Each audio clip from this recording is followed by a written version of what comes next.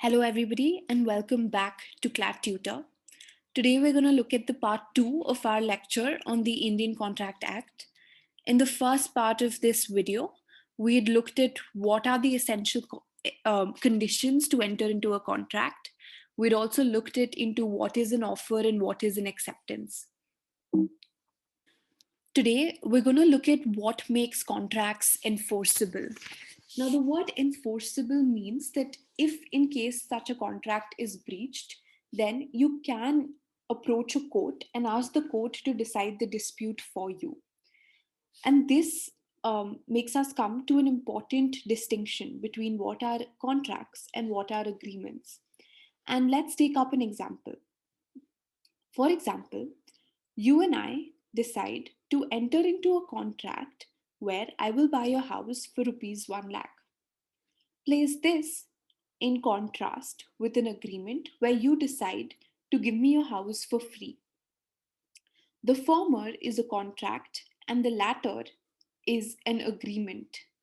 Now, the former is a contract because it has something called as consideration. Consideration is one of the many things that makes a contract enforceable. Now, Section 10 of the Indian Contract Act contains these conditions. The first is a lawful consideration. A consideration is basically a valuable object, so it can be money or something like money that you do give in exchange for um, for the object that you are obtaining. The second is the lawful object, which is the main objective of you entering into the contract. The third is free consent. Now, consent is said to be free when it is not influenced by factors such as fraud or misrepresentation or mistake. So, when you truly want to give your consent to an offer and then you do enter into a contract, the same is enforceable and legally binding. The fourth condition is capacity to contract, which means that only those people can enter into legally binding contracts who have the capacity or who are competent to contract. For example, everyone above the age of 18 who are mentally capable of entering into contracts and understanding the terms of the contract are said to have the capacity to contract. Last is the absence of vitiating factors. Now, first, let's look at consideration.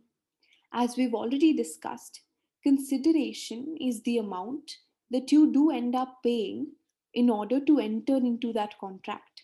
So, it can be monetary or non monetary. A consideration must always be lawful.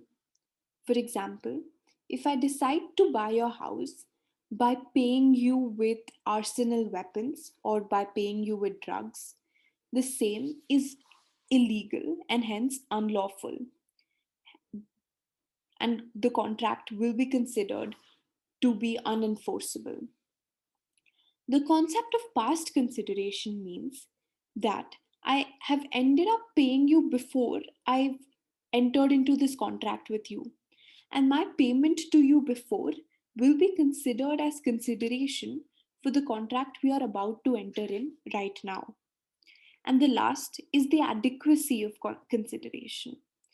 Now, it is established that courts will not look into the amount of a contract if the contract has all of the other factors which are needed, such as free consent and a free offer and acceptance. However, consideration, the adequacy of consideration will be looked at in cases of doubts of free consent or any other vitiating factors. The object of a contract is the main reason the parties enter into the contract. So it is the thing which is agreed upon on the part of the party that is receiving the consideration to do or not to do something. So it could be to sell a house or it could be to do an active service. Now let us look at the capacity to contract.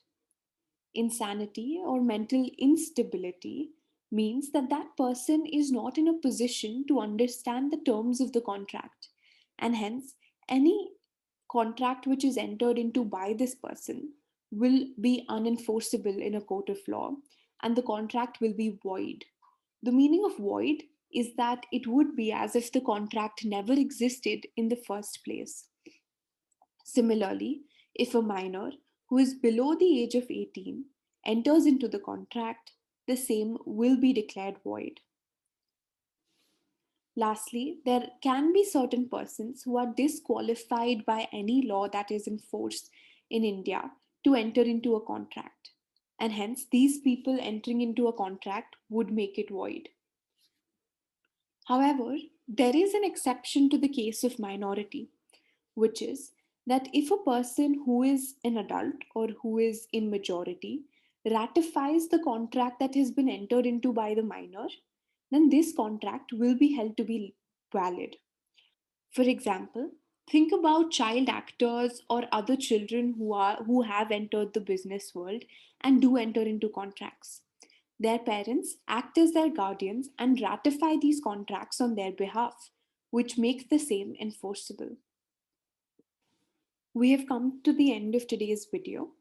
We looked at what are the necessary aspects that make a contract enforceable in a court of law and what is the difference between a contract and an agreement. Specifically, we looked at consideration, we looked at object, and we looked at capacity.